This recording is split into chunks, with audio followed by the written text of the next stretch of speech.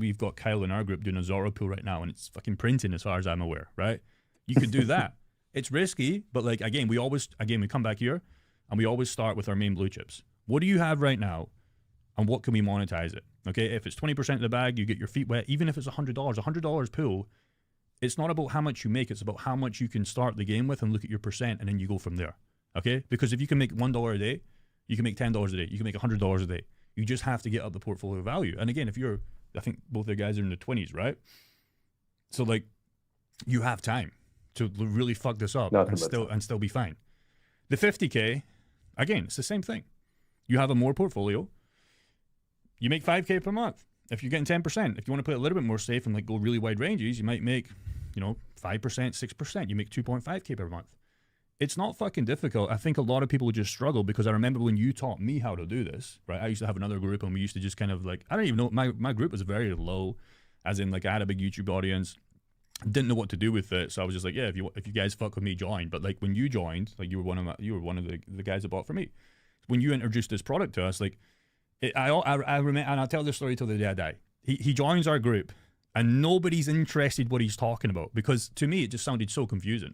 You were saying, oh, I'm monetizing, I'm using DeFi pools, I'm using yield farming. I didn't even know what that was. I knew what like kind of staking was. I knew what Celsius was when I got completely effed when I let them control my money and not us control the money and monetizing this ourselves. He started talking about this and I had no idea what he was talking about it. But I think in January, February, can't remember what year it was, maybe 24, maybe 25, really can't remember. You said something like you made like, I don't know, 3, 5, I don't even know how much it was per month. This is my first 10K month. 10K month. And when he said that on one of our, you always used to be at the gym. You were always on the treadmill working out. I was on the treadmill, bro. I was gassed. yeah.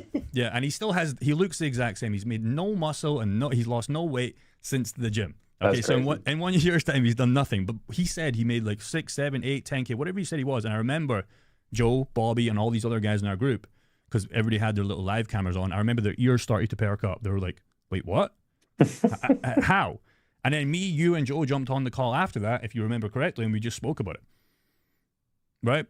And that's how we got onto this. So it's, you don't know what you don't know. You don't know what you don't know. That's forever ago, man. Jeez. Yeah. And you were probably the same. Whoever you learned it off. Reference, I was like 24 at that time, as I'm 26 now. So I'm literally right there where you guys in chat are talking about like, should I do this? Like, and it's changed my life tremendously as well. It's definitely, I mean, you just got to get started, man. Get started. Play around. $100, $1,000. Exactly. Exactly. So to just sum up this segment of this video, look at your portfolio for the 20, whatever your age is. You got 16K, you got 15K or 50K. Take literally $100 right now. And everybody else can do this.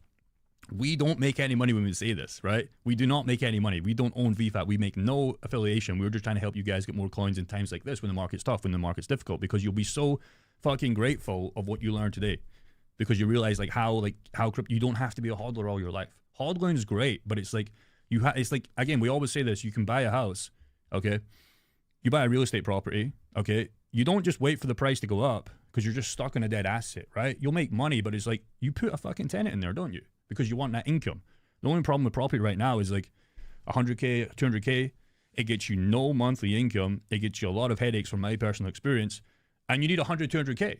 So these guys right here, yes, you can do a mortgage, etc., but you're not going to get fucking approved with 16K. I promise you that, young man. There's no chance. Maybe with your mom. But the point is, you can come in this game with 16K and 50K, press 2 buttons, look at your assets you already have, and you're in the game. Cash flow your mortgage. With this shit, you have to find a property.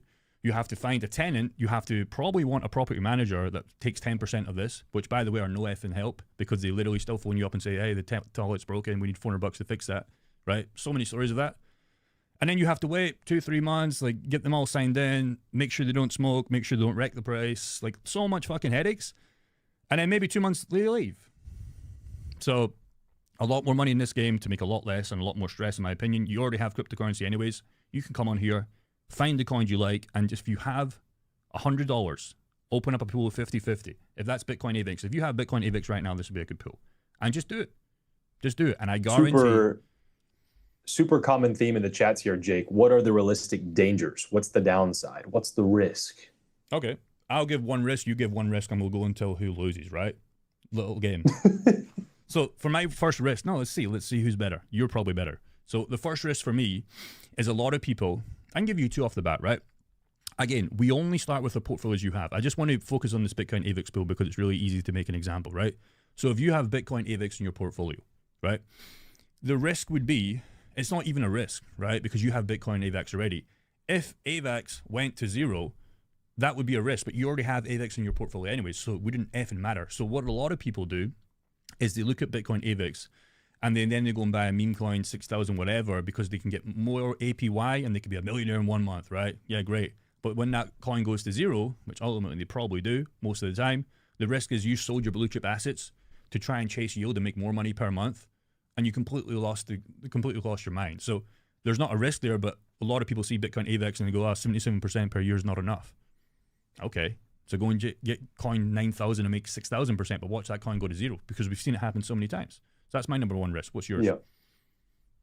Yeah, like you said, asset selection. And then outside of that, maybe the protocols you use. If you're trying to navigate around the internet and find these random sites that have not been tried and true, and they're sketchy, and you connect and sign your wallet on something that's not been vetted, I mean, yeah, you might lose your funds if you're out there being an idiot, you know? If you're using tried and true websites like Uniswap, big brand name in the space, everyone should know. Aave, big brand name in the space, everyone should know. You're using these places that have been around for like two cycles now, if not three. You're going to be safe. And there's not too much risk outside of the assets you're actually choosing.